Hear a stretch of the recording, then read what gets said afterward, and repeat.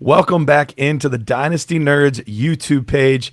I'm Garret Price, and I'm back with my interview series. And just like the last interview we had, I get to talk to somebody that's what I would consider one of my closest friends in the industry. And not that I've been in this industry like forever. It's not like I've been in here for decades. But at this point in my my YouTube, my podcasting, my fantasy football career, you would be like an old friend now.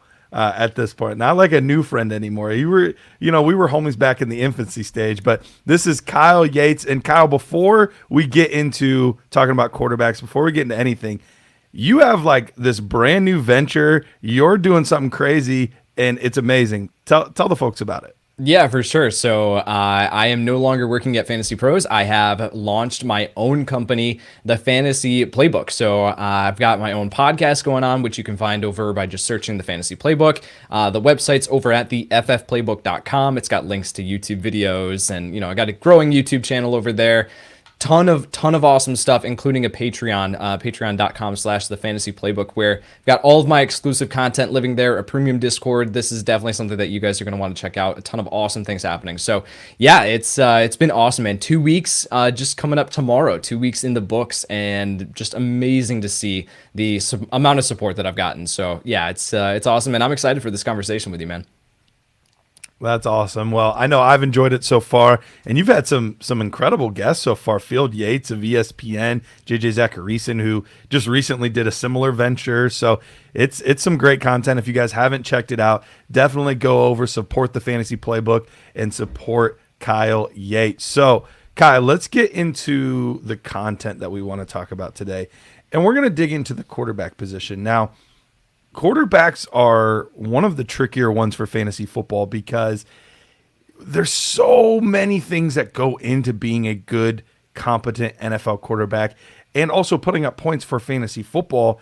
And there's so many of those things that we aren't privy to. So before we talk about the players, kind of walk me through your process of as you evaluate these quarterbacks, as you're watching tape on them, as you're gaining all the information you can. How do you determine your rankings, your orders, things like that? Yeah, for sure. So it's been interesting because I haven't been doing scouting very long. I think this is my third NFL draft where I've like officially built out, and done like my official scouting, right? I've got my whole system that I've built out, and I'll talk about that in a second. But so I haven't been doing this very long. And in the course of just those 3 years, the process for evaluating quarterbacks has changed. I can go back to the 2019 draft with Jake Fromm, and I had like Jake Fromm as QB3 in that class because I loved what he did as far as like accuracy and delivering the ball in stride, and he was his mental processing was off the charts. Like I loved those traits. And then he got to the NFL draft, and the NFL was like, no, we don't value those traits anymore. We value now arm strength and mobility and things like that. So extending and making plays outside of the pocket. So the process has changed over the past couple of years as far as quarterbacks. And with that in mind, you have to place more of an emphasis now on the ability to be able to extend and create plays outside of the pocket. Do these guys have the arm strength to be able to fit the ball into tight windows? And arm strength isn't just the ability to send it 60 yards downfield. It's the ability to be able to stripe it in sideline to sideline on that out route, because the windows get smaller, they get tighter in the NFL. So a defender that you would be able to normally make that opposite sideline, opposite hash throw to the sideline on an out route or anything like that in college, that's not going to happen. That's not going to work as well in the NFL. You're going to have that defender jump cut that and take it back for 6. So you have to be able to have that arm strength to be able to stripe it into tight windows and push the ball deep downfield as well. And then the ability to be able to move outside of the pocket, to be able to extend plays, to be able to pick up the additional rushing yardage. And that's what translates to the top tier fantasy production. And that leads to a greater conversation of like, should we maybe rethink how we evaluate and how we score rushing yards for quarterbacks? I'm not here to have that conversation today, but it's something where you have to bump up the guys, and we'll get to specific examples, in this class of what that looks like as far as guys who are able to, that have the athleticism to create on their own. Not necessarily to the level of Lamar Jackson, but the guys who can pick up that rushing yardage if they need to and can create outside of the pocket. So yeah, the quarterback system, I have the key traits, things like mental processing, arm strength, pocket presence, mechanics, improvisation, things like that. But you place more of an emphasis now than I even did 2 years ago on the athleticism, the improvisation, the arm strength. Those are key traits that you have to bump up when you're talking about these incoming quarterback prospects. Yeah, absolutely. And it is really interesting how all of that has transformed. And I think Josh Allen's probably the poster child of that, where there were a lot of traits that you're like, ew, coming out, but he did have that good mobility. He did have that arm strength. And all of those things translated and they made it work. Now, is that a blueprint that is going to work every time? We know that that's not the case. There are plenty of guys with strong arms and can move around that don't necessarily pan out. But it is interesting to see how the NFL is evolving and changing. And as fantasy football players, we have to adapt and change too. So looking at this class specifically, tell me who is your top guy right now? So I was talking about this with a podcast that I just finished recording with Brett Coleman, who has his own YouTube channel. He's an awesome guy, does specific tape breakdowns. And we were talking about this quarterback class. And I was like, I feel like all these guys, we can go down the list. We've got, Kenny Pickett, Sam Howell, Malik Willis to, Desmond Ridder, Carson Strong, Matt Corral. There's a bunch of these guys. They all kind of fall into the same bucket for me. They're all kind of in the same tier where not one of these guys really stands out as like a difference maker, someone who I feel completely comfortable taking with the 101 pick, even in Dynasty Superflex rookie drafts. Like, I don't have one of those guys that I feel like, yes, I feel absolutely confident taking this guy. Kenny Pickett is my number one quarterback in this class currently. Now, I will say with Pickett, he is a very high floor player. Reminds me a ton of Derek Carr, someone that you're going to be able to plug into an NFL offense, and he is going to be able to deliver the ball accurately. He has some movability to his game. He can execute an NFL offense, right? I feel very comfortable with plugging him into my offense if I was a GM and just feeling very comfortable that he is going to deliver a very high floor from day one. Now, I don't think that he has the ceiling. I don't think that he has a ceiling to get up into the echelon of Patrick Mahomes, Josh Allen, like any of these guys. And again, that's why I go back to Derek Carr. We've never talked about Derek Carr in that light, but Derek Carr is a good NFL quarterback. And I think that Pickett can be as well. There's one issue with his hand size, something that we are needing to talk about. It's something that gets overblown when we talk about these quarterbacks, but with Pickett, it is actually a legitimate thing because his rumored hand size, again, and this sounds ridiculous to even have this conversation, but is like first percentile. Like, it is incredibly small. So as you talk about him potentially adjusting to the NFL and holding onto that ball through contact, through defenders, trying to swipe that ball away, that could be an issue down the line. But Pickett is at the QB1 spot for me currently because I feel very comfortable with where the direction of his career is heading, that I know what he's going to be in the NFL. As we get down into the rest of the list, I don't exactly know what they're going to be. Quarterback's an interesting position for a lot of reasons, but one of them is I know that we really highly value wide receivers that are coming out as juniors. We really highly value running backs that are coming out as juniors. Quarterback position, it doesn't really seem to matter. It doesn't really seem to matter if they're a third-year guy, fourth-year guy, even fifth-year guy, which is where we're at with Kenny Pickett. He's a super senior. And I haven't heard that brought up one time, but I think when you look at a lot of the prospects that have come out as seniors, a lot of them have been very successful. A lot of it translates to how much time have you played in college football? How many starts have you had? How much experience do you have? And the guys that have the longer track record tend to be the guys that have the better NFL careers. And Kenny Pickett's definitely a guy that has a lot of experience at the college football level. I know Dynasty Nerd's own Jared Wackerly, he was a big Kenny Pickett guy like 3 years ago, and I was like, you're crazy, this guy sucks. And now he's one of the top quarterbacks in the class, so what do I know? But I do find it very interesting just how this whole class has morphed and evolved. And another guy that is maybe outside of the realm of what we typically see as our top quarterback is Malik Willis. Malik Willis is somebody that a lot of fantasy football analysts and even a lot of NFL analysts are talking about potentially as the first quarterback off the board, but he doesn't necessarily win the exact same ways that Kenny Pickett does. What are your feelings on Malik Willis out of Liberty University? You have to talk about the level of competition right away with Malik Willis. That, again, playing at Liberty, there are very few examples where we can point to him playing against top-tier caliber competition and saying, I feel very comfortable that he is going to be able to step onto the NFL field right away and do what he did against those that competition and do it here at this level. So that's something that you have to talk about right away with him coming out of Liberty, an Auburn transfer, right? Transferring from Auburn at one point over to Liberty. So with Malik Willis, we talked about the key traits. We talked about it at the top. You got mobility. You have the arm strength. Off the charts, both levels for Malik Willis, right? His arm strength is one of the immediately, as soon as he steps into the NFL, it's one of the strongest in the entire league. Up there with the Josh Allen, Patrick Mahomes, Trey Lance's, right? Like it's immediately in that. He's got a howitzer attached to his shoulder. So Malik Willis, there's some of the throws that he makes where it's, I think, against Eastern Michigan, where it's his slot receivers running a drag route across the field, and then it turns into a wheel route.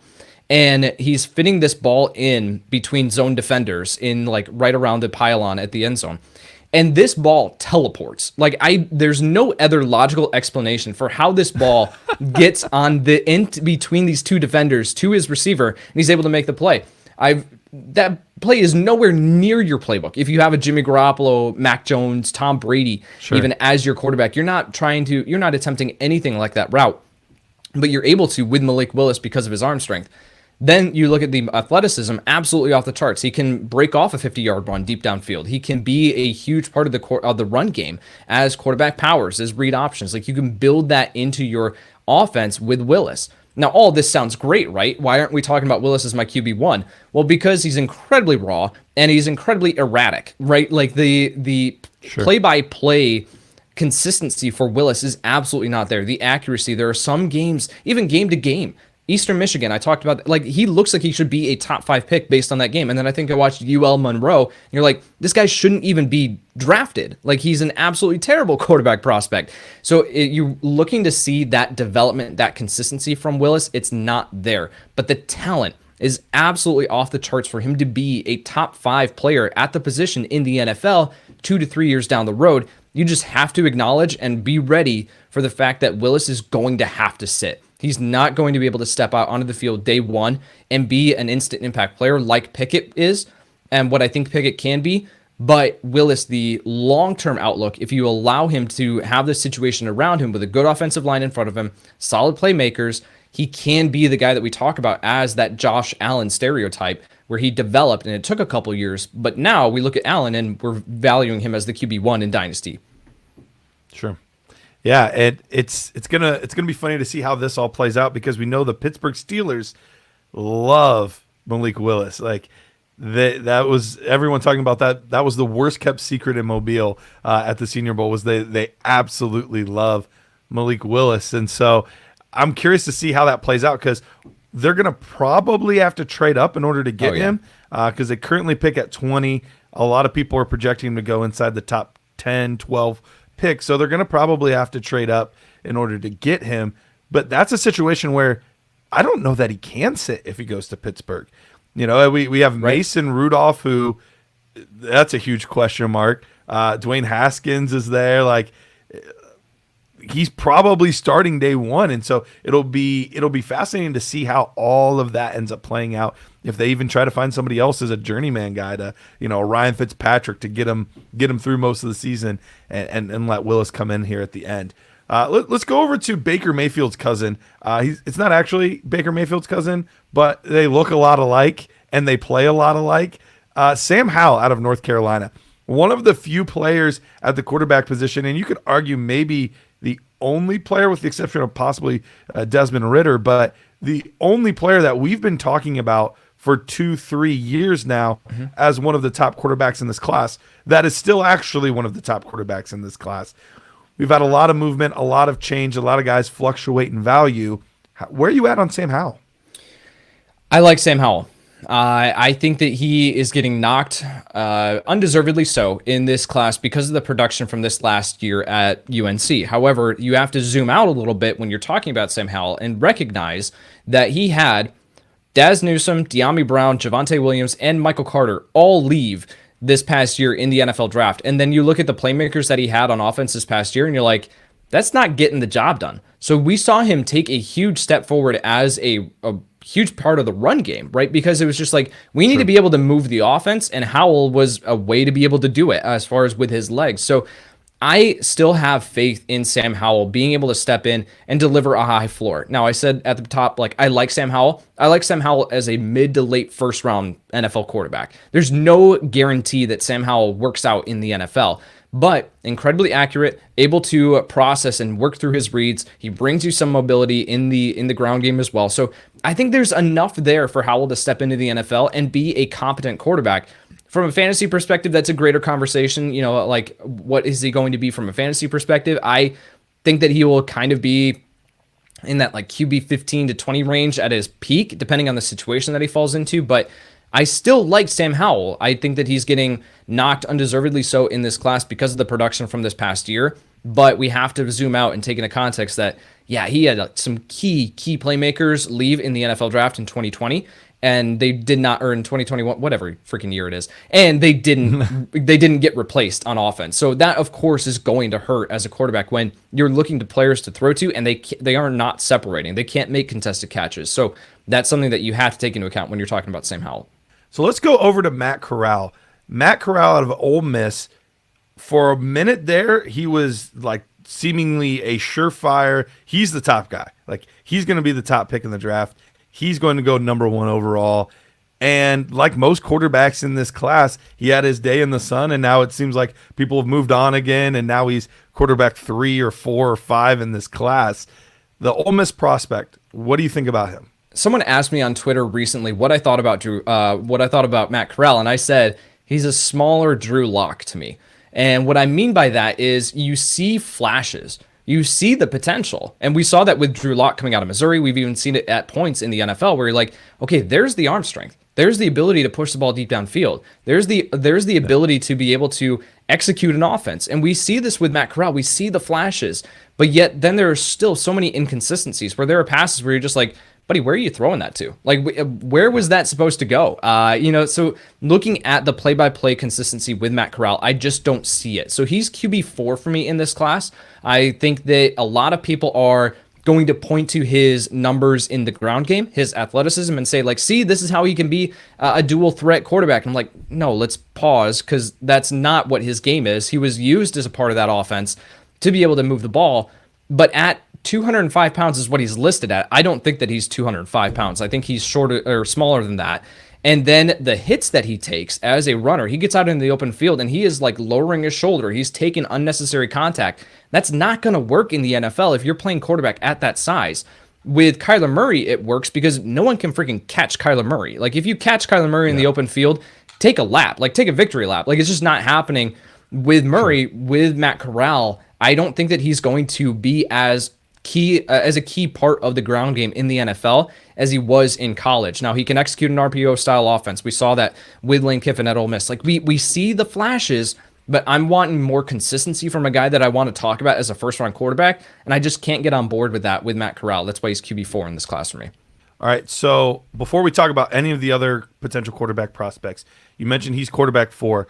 Are the 4 guys that we've talked about so far, are they the top 4? Or is there somebody else that has snuck into that group? You are literally walking down my quarterback rankings. So it's Pickett at 1, it's Malik Willis at 2, and Sam Howell at 3, then Matt Corral at 4. And if you say the 5th guy, then I'm just going to assume that you're cheating and you're just using my ranks here. Probably, that's probably true. No, let's group these next few guys together. Desmond Ridder, Cincinnati, Carson Strong of Nevada, and then Bailey Zappi. How do you feel about those 3 guys? All have had flashes where people have been interested in them, but right now it looks likely that probably all 3 of those guys will not be first-round picks, especially Zappi is probably maybe even a day 3 pick. But those are kind of the next guys. How do you feel about those 3 players, and do any one of those 3 stand out for you as a good value? So I want to hear your thoughts on this too, but with Ridder, I came away from his tape and was like, I think that he has the cleanest mechanics in this entire class. Like, I love his lower half mechanics. He's very sharp as he's going through his drops. I think that he has potentially the cleanest mechanics out of this entire class. And then you see his accuracy and you're like, okay, what's the issue? Because when you are looking at a quarterback's accuracy in college and trying to figure out what the issue is and what could potentially be the factor for that and why they're missing passes, why they're overshooting them or whatever, just missing the mark, it can often tie back to their footwork. It can often tie back to their hip mobility, their hip rotation. Like, there are things that you can fix to be able to fix that accuracy. And with Ritter, we can't go back and look at that. We can't go back and fix it because he's pretty much got like the cleanest mechanics, like I said. So with Ritter, he's a tough evaluation for me because it's like, where does he have left to go? Where does he have left to grow?